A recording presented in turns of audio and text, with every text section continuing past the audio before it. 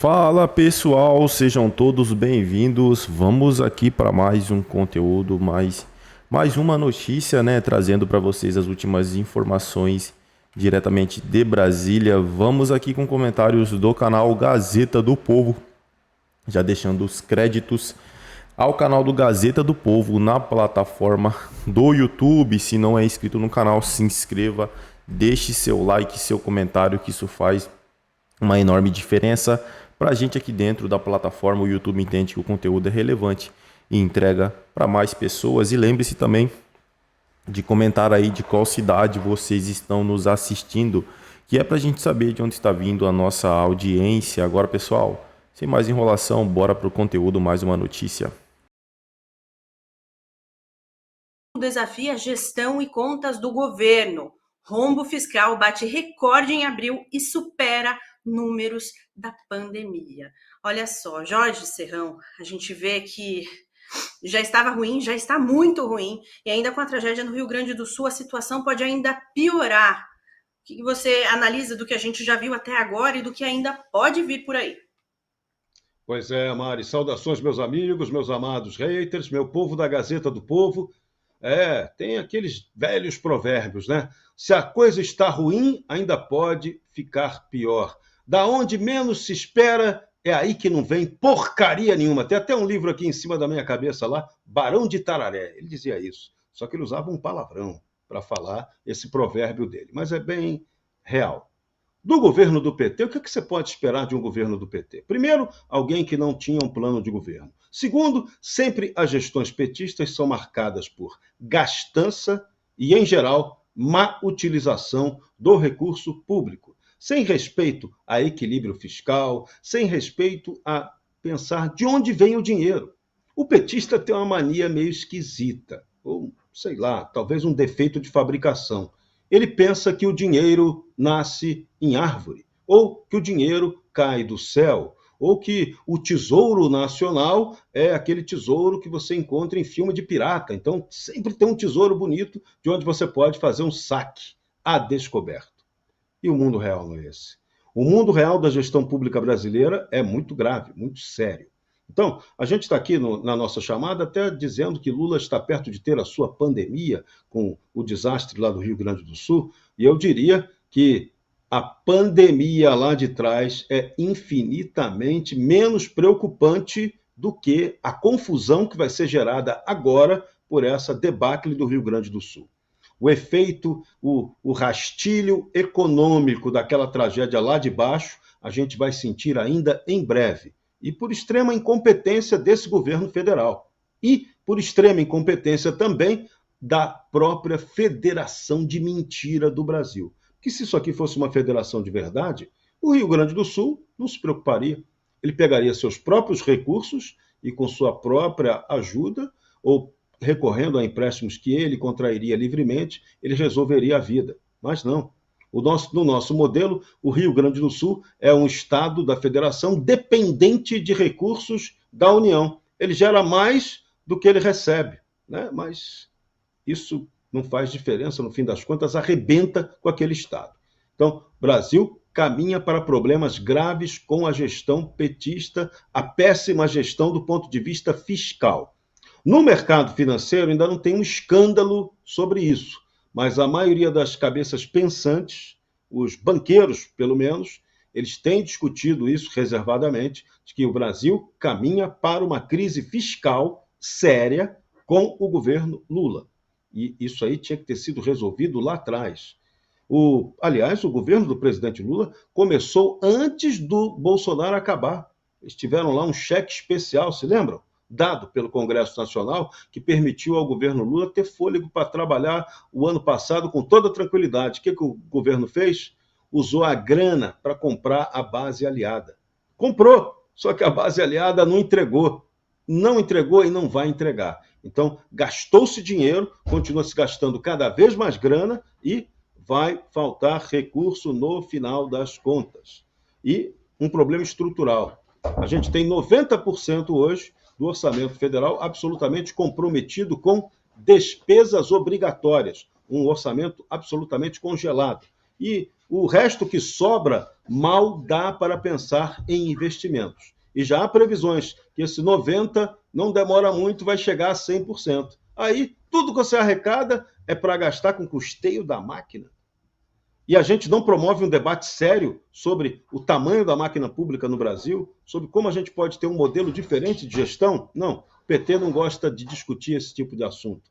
PT não quer discutir o federalismo de verdade no Brasil. Então, azar deles, mas a oposição que é crescente do Brasil, ela quer discutir novidades, ela necessita de mudanças estruturais. Então, a gente precisa de mudanças estruturais para que isso aqui não quebre. Porque do jeito que a coisa vai, do jeito que caminha a gastança, daqui a pouco pode não sobrar nenhum cidadão eleitor contribuinte sequer para pagar imposto. Porque o governo terá comido tudo em suas 3 instâncias. E tem um detalhe que daqui a pouco a gente vai falar até mais sobre ele.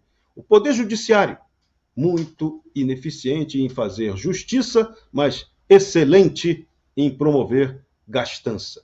Depois a gente fala disso, é só um spoilerzinho. Tá ótimo, Serrão, muito obrigada, viu? Olha só, Deltan, a gente vê toda essa irresponsabilidade da qual o Jorge Serrão falou pra gente, e o problema é que quem paga somos nós, né? Estamos pagando e vamos pagar provavelmente ainda mais por toda essa irresponsabilidade. Tem como a gente falar um pouquinho sobre qual o tamanho do buraco em que estamos nos enfiando, Deltan? Mari, o buraco é enorme. Lula está vivendo a sua própria pandemia e o resultado é desastroso. Nós vamos fazer um paralelo aqui. Durante a maior parte do governo do ex-presidente Jair Bolsonaro, depois do início da pandemia de Covid-19, o que a gente mais ouvia a esquerda e seus políticos dizerem era o seguinte: se Lula fosse presidente, seria diferente.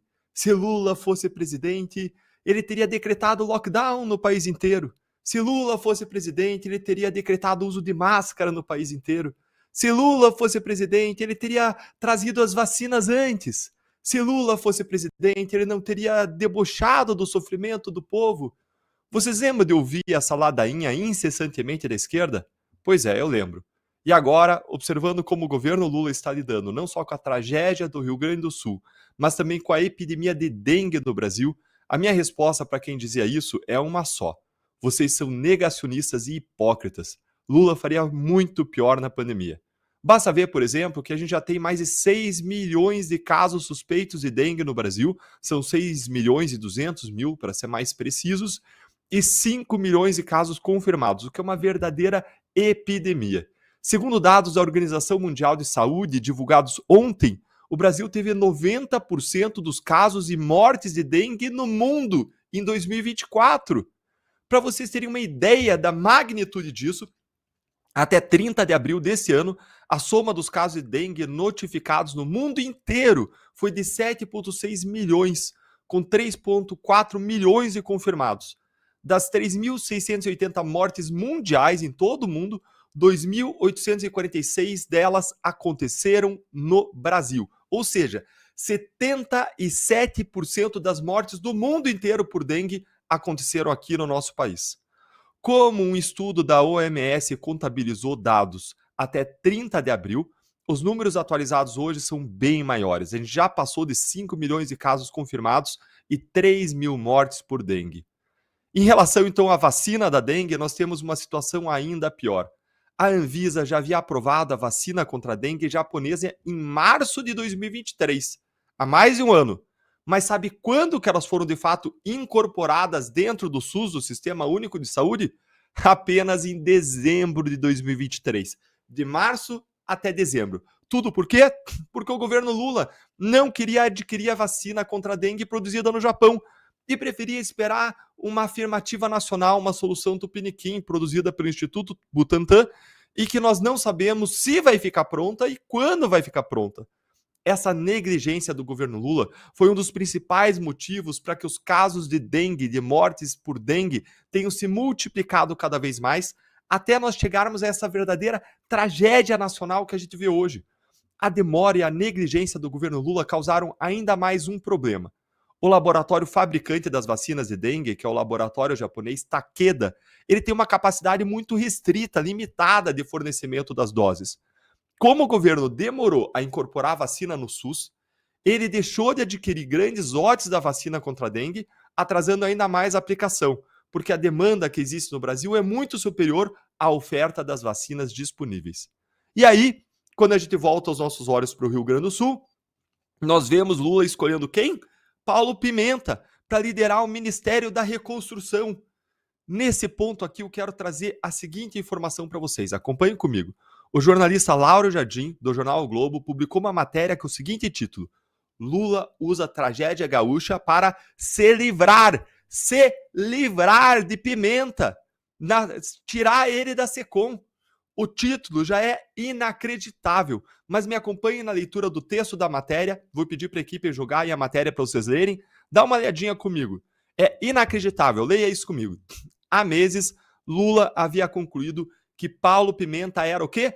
Um fracasso como chefe da Secretaria de Comunicação. A imagem do governo é ruim, a aprovação de Lula é baixa e, mais importante, muito abaixo do que a própria autoavaliação feita pelo próprio Lula. Nada ajuda. Embora reconheça a lealdade de Pimenta e goste pessoalmente dele, Lula já tinha decidido rifá-lo. Aproveitou as enchentes do Rio Grande do Sul, inventou um cargo para Pimenta e tirou ele da SECOM. Oficialmente seria uma saída temporária, enquanto durar a calamidade gaúcha, mas a possibilidade de seu retorno ao cargo é pequena. É isso mesmo, gente, que você leu. Lula escolheu alguém que ele próprio considera um fracasso para liderar simplesmente a reconstrução da tragédia que aconteceu no Rio Grande do Sul. Ele não escolheu alguém técnico, não escolheu alguém capacitado, não escolheu alguém reconhecido por ser um bom administrador, mas escolheu alguém que Lula considerava um fracasso. E pior, com finalidade política duplamente. Uma finalidade política de se livrar de um fracasso responsável aí, em grande medida, pela queda de popularidade de Lula, e, de outro lado, politicamente, porque ele quer fortalecer Paulo Pimenta, trazer popularidade, força política para Paulo Pimenta, para a sucessão de Eduardo Leite ao governo do Rio Grande do Sul. Sim, é isso que você escutou. Lula está usando a tragédia para fazer política, para eleger gente. Lula politizou a tragédia. Ah, Deltan, mas eu vi em algum lugar que o Pimenta já foi considerado alguém grande, alguém muito assim, com grandes dimensões.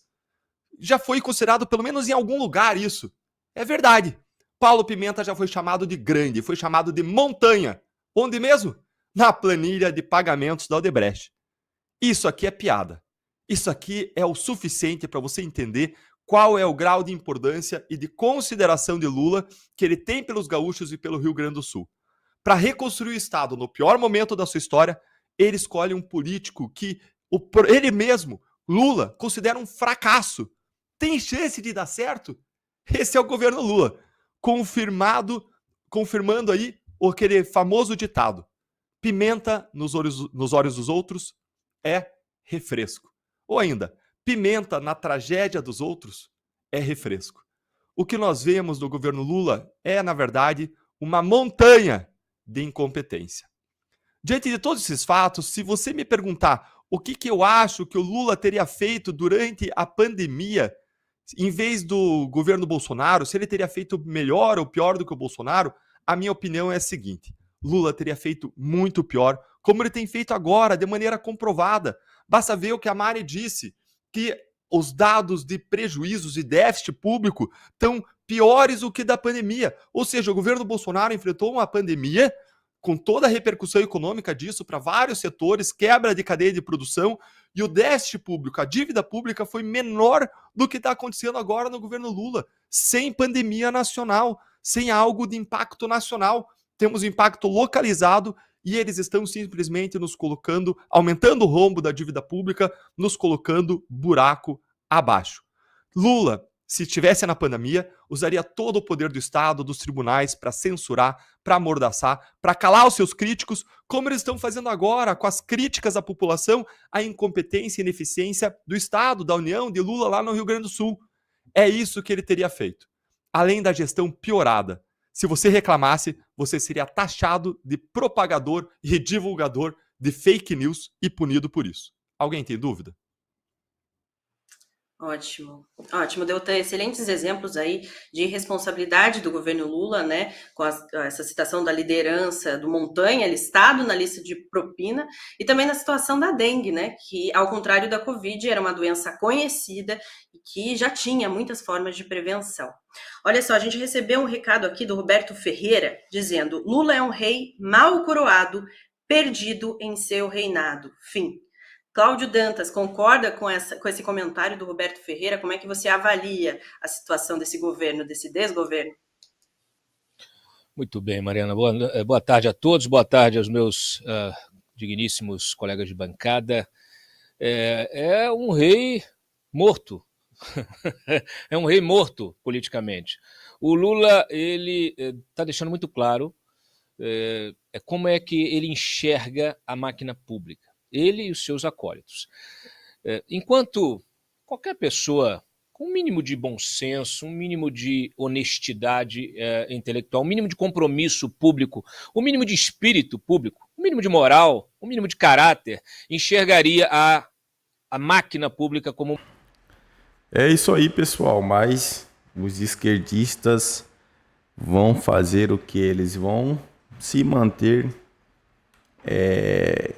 firme, né, defendendo ali o Lula, defendendo o Lula. Eles vão se manter muito firmes, porque assim, eles fingem não ver a realidade. E se tivesse uma pandemia? Essa é a pergunta. Se tivesse uma pandemia, o governo não saberia como agir. Estaríamos, né, falando em poucas palavras, estaríamos ferrados. Porque estaria na mão de um cara que não tem plano, não sabe o que fazer com o país. Ele sim precisa ter um plano. Não um prefeito de uma cidade que foi arrasada, não precisando de ajuda do governo, não precisa ter um plano. Como pediram um plano para o prefeito, né? Prefeito, você tem um plano para liberar tal valor? Precisa de um plano, prefeito, para liberar o valor de não sei o quê. Engraçado que para comprar móveis para eles, né? Fazer gracinha com dinheiro público não precisa de plano, né? Então, voltando no assunto, se tivéssemos uma pandemia, estaríamos ferrados, politicamente falando. Porque eles simplesmente iriam deixar a carruagem seguir. Lula iria aparecer na imprensa para falar um discurso motivacional, para tentar falar alguma coisa motivacional, e a pandemia ia estar fazendo o estrago. Só não foi pior por conta do governo que estava, que foi o governo federal, o governo que enfrentou a pandemia do Bolsonaro, que teve pulso firme, fizeram as melhores escolhas. Infelizmente, numa pandemia, você não tem como não ter risco. Infelizmente, perdeu muitas pessoas, mas a gente pensa que poderia ser muito pior, né? É isso aí, pessoal. Agradeço a vocês pela companhia.